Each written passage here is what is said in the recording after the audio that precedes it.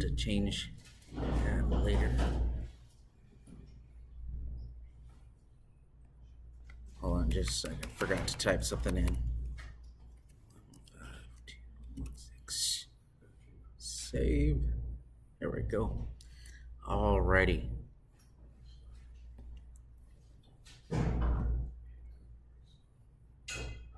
So we're going to be going through Job 15 and 16 tonight.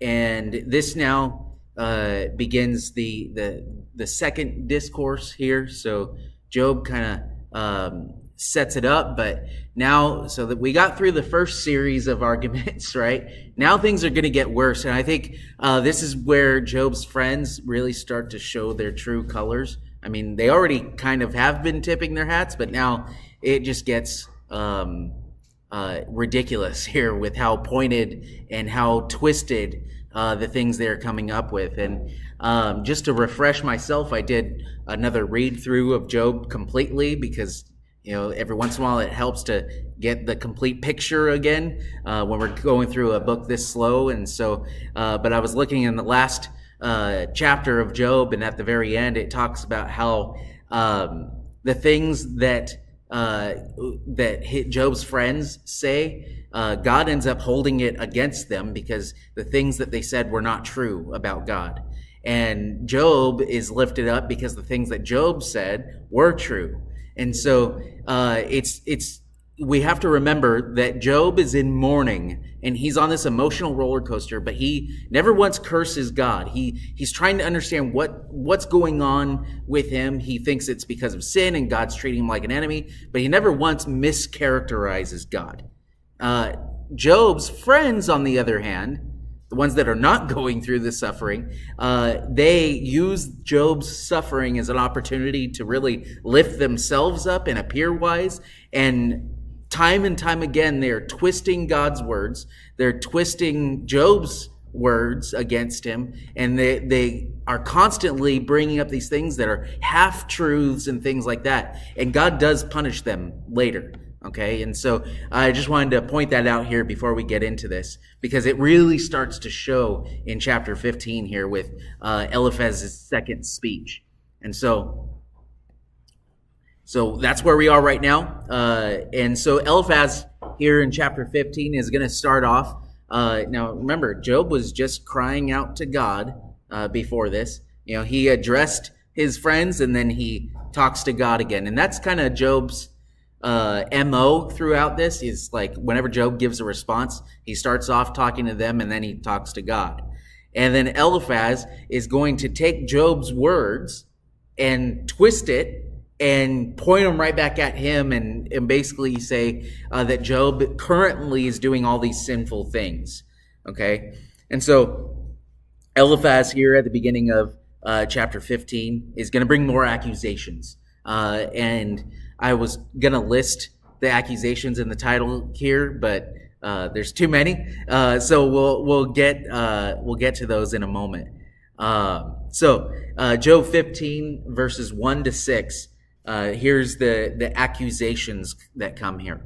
And Job's friends, you'll notice, they always pass off their accusations very kind of passive aggressively, where they're not saying, Job, you're doing this. They'll be like, well, you know, should wise men do this? Should, you know, and so what the implication there is that they're saying Job is a fool, right? Or, should honest people do this? But they're talking to Job, so the implication would be that Job's not honest, right? And so things like that. And so this is exactly what Eliphaz does here. It says here, then Eliphaz the Temanite answered and said, should a wise man answer with empty knowledge? So Job, if you're a wise man, why are you saying empty knowledge? You're a fool, right? And it says, and fill himself with the east wind. And so basically what Eliphaz is saying, Job, you're full of hot air. Like this is, that's it. You filled up your lungs. You're just spouting off these words that don't mean anything. And so he's accusing Job of folly here, of being a fool. Okay. Then it says, should he reason with unprofitable talk? So not only is Job being a fool here, but the speech that he's using is unprofitable. It means that Job is basically saying words that are making the situation worse rather than making it better. Then it says here, or by speeches which he can do no good. And so the same thing with the unprofitable talk there. And then he says, yes, you cast off fear. So Job, you don't fear God is what he's saying here. Not like, oh, I'm not afraid. No, he's saying like you're not fearing God. Then he says, and restrain prayer before God. And so Job, you should be restraining your tongue before God. And so Job, you're not allowed to mourn and bring these things to God. You should be quiet, okay? Because the things you're saying are foolish. Not only are the things you're saying are foolish, and you shouldn't be saying them before God, but they are full of sin here. So in verse 5 it says, for your iniquity teaches your mouth. So the only reason why Job is saying the things that he's saying is because his sin is in control of his mouth. This is what Eliphaz is saying. And then it says, and you choose the tongue of the crafty. So Job is not only a fool, he's not only full of sin, but he's also a liar. His mouth, he's using crafty words. He's trying to still appear godly, is what they're thinking, but is in reality not. He's committing sin. And then verse 6, your own mouth condemns you, not I. Yes, your own lips testify against you.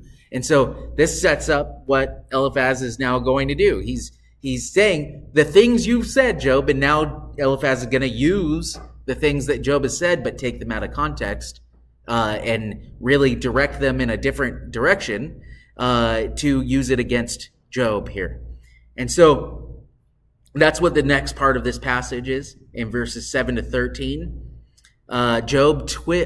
Eliphaz twists Job's words around. So the stuff that Eliphaz is saying here is actually stuff that Job has said things similar to, but with a very different direction. And we'll get to this here. So remember how Job was talking about how infinite God is? How God will outlast the mountains and all of this stuff, right? Well, Eliphaz is going to twist that and say, Job is talking about himself, that he's going to last a long time. And so this is what he's saying here. Are you the first man who was born? Or were you made before the hills? So you notice the similarities between that and what Job had said previously. But he's twisting this now. Have you heard the counsel of God? Do you limit wisdom to yourself? So Job, what Eliphaz is saying is that Job is not listening to God. Instead, he's listening to his own wisdom. And so that Job's wisdom doesn't come from God. It's not godly wisdom. That this is carnal wisdom that Job is espousing, that Job is saying here. And so that this is what Eliphaz is saying. That says, what do you know that we do not know? So remember how we started off, and Eliphaz first called Job, this teacher, like, oh, you were the teacher and all of this stuff. That was right at the beginning. And the implication throughout this is that Job used to be the one to teach them and teach them about God, right? But now, remember previously, one of the things that Job had been saying is, I am not beneath you, right? I'm not, and he says it twice in the last passage that we went through. But now Eliphaz, probably taking offense to that, is saying, what do you know that we don't know? So we're younger than you, and we've been talking about wisdom, and basically this is an argument, I'm wiser than you. No, I'm wiser than you. And so this is what Eliphaz is doing. What do you understand that is not in us? And so again, they know just as much as Job. Then it says, both the gray-haired and the aged are among us, much older than your father. And so other wise men. And so this is, Eliphaz is starting to tip his hat as to where he is getting his wisdom from. Okay, so Eliphaz is getting his wisdom from their fathers, right? From old teachings is what he's saying. This is an important thing because it's not just godly things that are being passed down. This is tradition and things like that are being passed down. And so Eliphaz is saying, these old people are still among us, and we're listening to them, right? And you're not. And so he says here, are the consolations of God too small for you, and the word spoken gently with you? This is interesting here. So you think about consolations of God. Is God taking care of you too small for you? What Eliphaz is actually saying here is that the suffering that Job is going through is not enough to make Job realize his sin. That's what he's saying. So he basically saying God is dealing too gently with you if Job is hanging on to righteousness. And so then he continues here. Why does your heart carry you away? And why do your eyes wink at? What do your eyes wink at? That you turn your spirit against God and let such words go out of your mouth. You know what's amazing about this is Job ended that previous argument talking about how great God still is, right? And how much faith he still has in God. But Eliphaz has completely skipped over that and basically said Job is turned against God. Job's whole thing is, why is God regarding me as an enemy? He wants to know that. And that's what he believes, is because of all of the suffering, he thinks that God has seen some sin in him and wants to punish him for it, right? And he's like, why is this happening? Instead, Eliphaz is saying, why have you turned against God, and why are you doing these things against God? And so Eliphaz is, not being a good friend here, to say the least. And so now, not only does Eliphaz twist Job's words, but he also misuses the truth. And so these next couple of verses, you remember how Job would talk about his personal suffering, and then he would talk about the suffering of man, right? So they would go back and forth between them personally and everyone in general. Well, Eliphaz just did that. So he's pointed out Job. Now he is going to use a general truth. He's still using it against Job here, but this is a general truth, right? Verse 14 to 16. It says here, what is man that he could be pure? So can anyone be pure? Or do we have any righteousness of our own? No, right? And so what is man that he could be pure? This is a true statement. And who is born of a woman, that he could be righteous. So no man alive, no person alive can be righteous before God. So he's like, so Job, your folly, right? Your person will say, oh, you think you're righteous? Well, no one's righteous. And he's saying that to shut up Job, right? That says, if God puts no trust in his saints, now this is not talking about saved individuals here. And when I was studying this is one, again, this is a poetic book. This is talking about the angels here. So this is a little bit different because it's talking about things in heaven. Okay, so the heavenly beings. It says, in the heavens are not pure in his sight. And then it says, how much less man who is abominable and filthy. So if God doesn't put trust in them, how much less are we, right? Then it says, who drinks iniquity like water. And so Eliphaz is speaking the truth here. Man is full of sin. That is a true statement. But he's using this to support his argument of Job doing some especially bad sin, which that doesn't work. That would be like if I was arguing with Brother Junior, right? And Brother Junior did something to hurt me, right? And I was saying, or I'm accusing Brother Junior of hurting me. You'd say he didn't really do it, right? But when Junior's saying, I didn't do that, I didn't hurt you, I'd be like, well, everybody is full of sin. Now, you can't argue with that, but obviously that doesn't make the point that he did something to me, right? And so this is what Eliphaz is doing, right? Is instead of pointing out what Job did, he's saying, well, everybody does bad things. which is true, but you can't support your argument with that. And so now, not only does he misuse the truth here, but now he's going to full on twist things.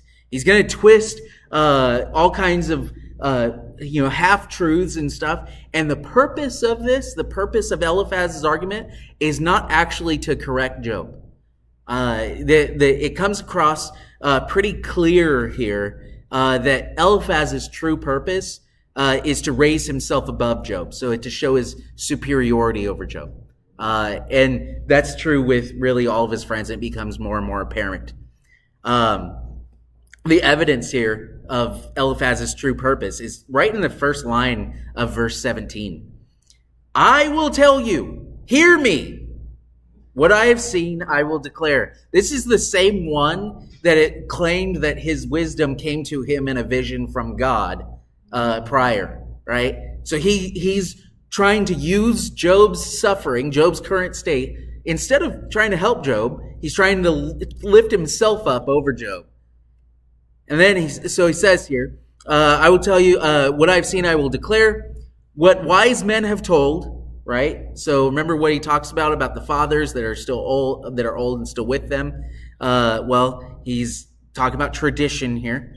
What wise men have told, not hiding anything received from their fathers, to whom alone the land was given, and no alien passed among. We're going to be reading a lot of this passage here because this is the gist of all of it.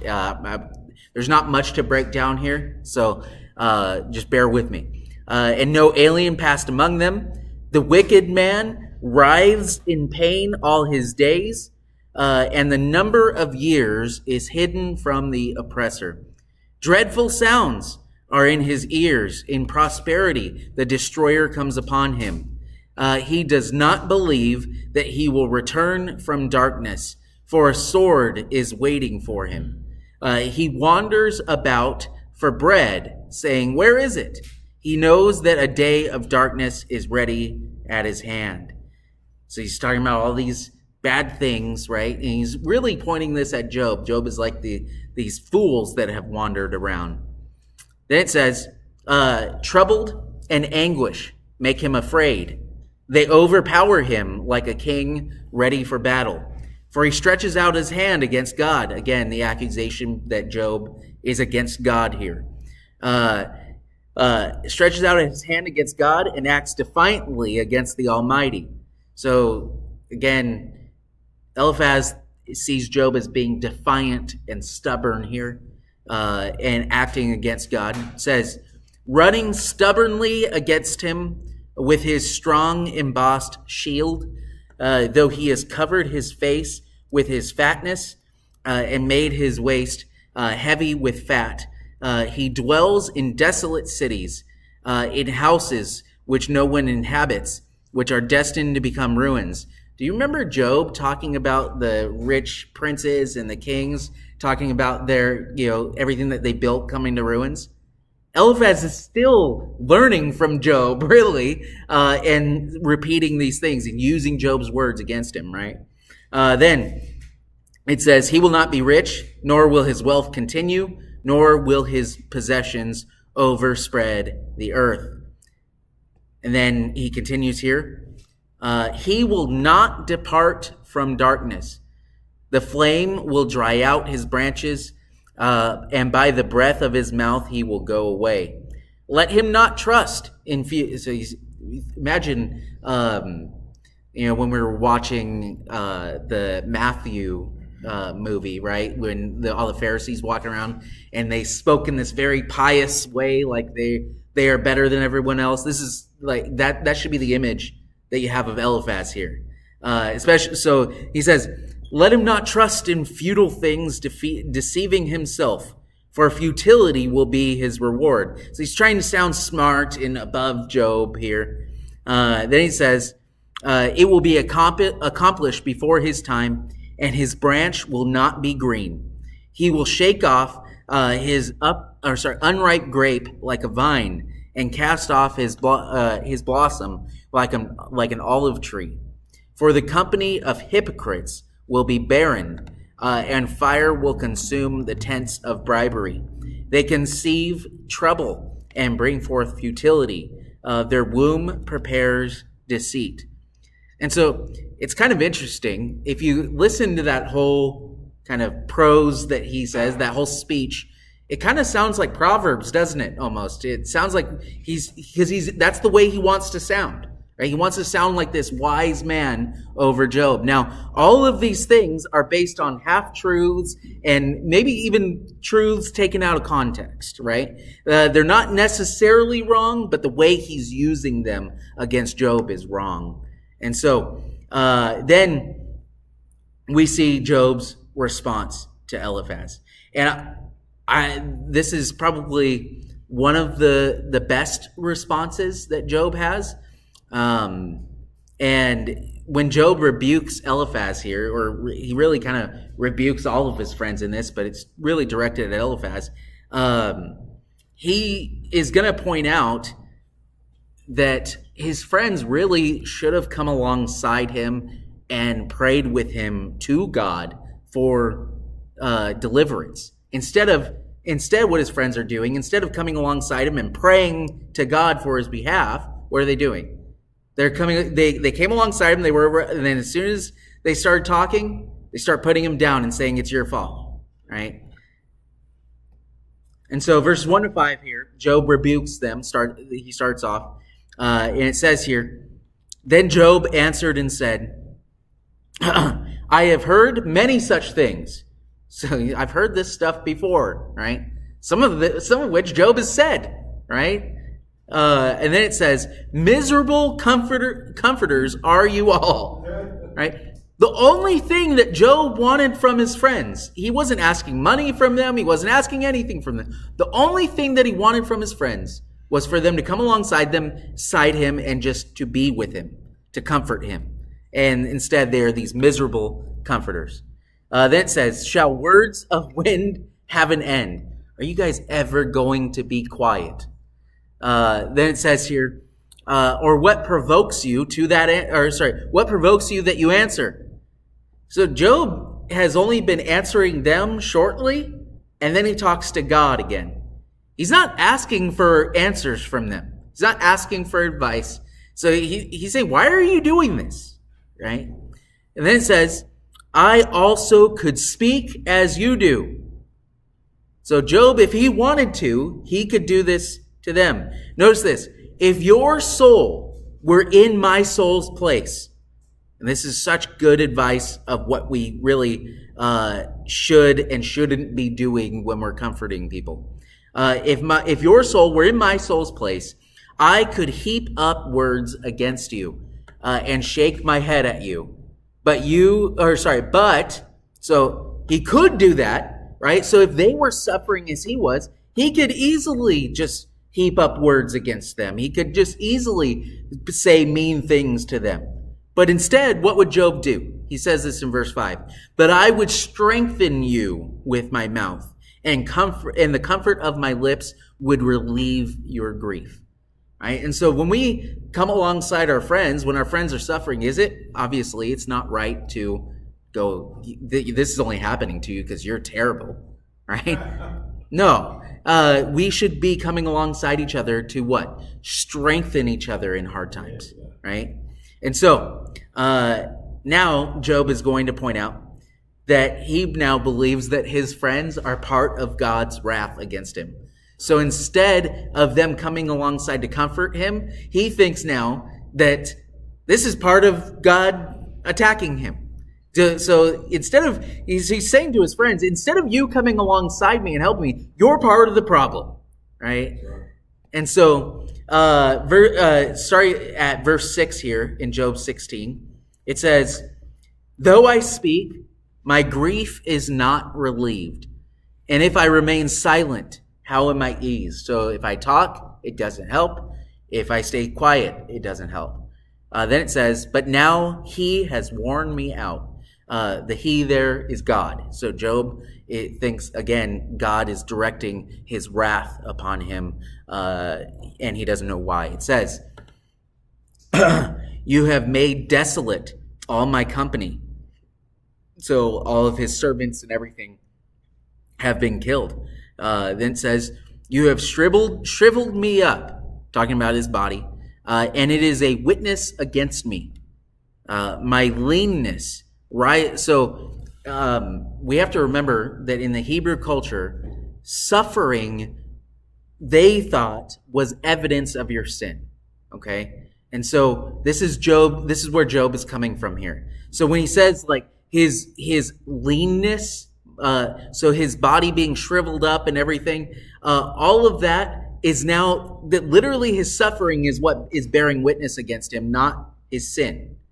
And so people are thinking that he's a sinner because he's suffering instead of he's suffering because of his sin. He's saying this is to the extreme, right? And so this is pretty sad here, obviously. So my leanness rises up against me, bears witness to my face. He tears me in his wrath and hates me. What a place to be in where you believe that God hates you. Okay.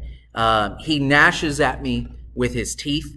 My adversary sharpens his gaze on me. They gape at me. So the they now is his friends. So he believes God is against him and is attacking him. Now it's the friends here. They gape at me with their mouth. They strike me reproachfully on the cheek. They gather together against me. So all of his friends, right, these three friends, have gathered together against him and they're striking him. He believes this is part of God's wrath against him. It continues here in verse 11. God has delivered me to the ungodly. Okay, so his friends being the wicked and the ungodly. And turned me over to the hands of the wicked. I was at ease, but he has shattered me. He also has taken me by my neck and shaken me to pieces. He has set me up for his target. So think about an archery target here. Then it says, his archers surround me. Who are his archers here in Job's view? His friends, right? And so his friends, not only was he suffering before, but now his friends are the ones firing the arrows. Then it says, he pierces my heart and does not pity. He pours out my gall on the ground.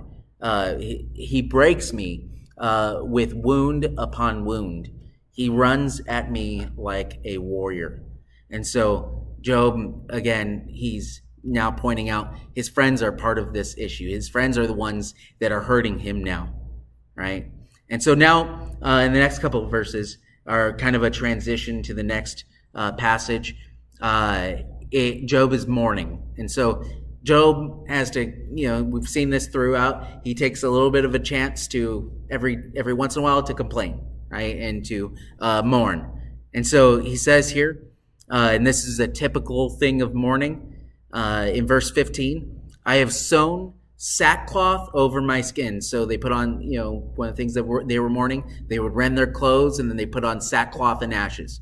So sackcloth would be like this, very itchy fabric that they would wear. So purposefully to make themselves uncomfortable so that they could mourn.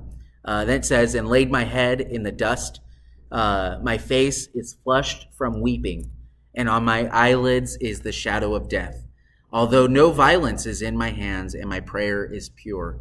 And so Job still clinging to the fact that he hasn't done any specific sin against God, and that and he is mourning over this. Okay, so Job clings to his own righteousness here.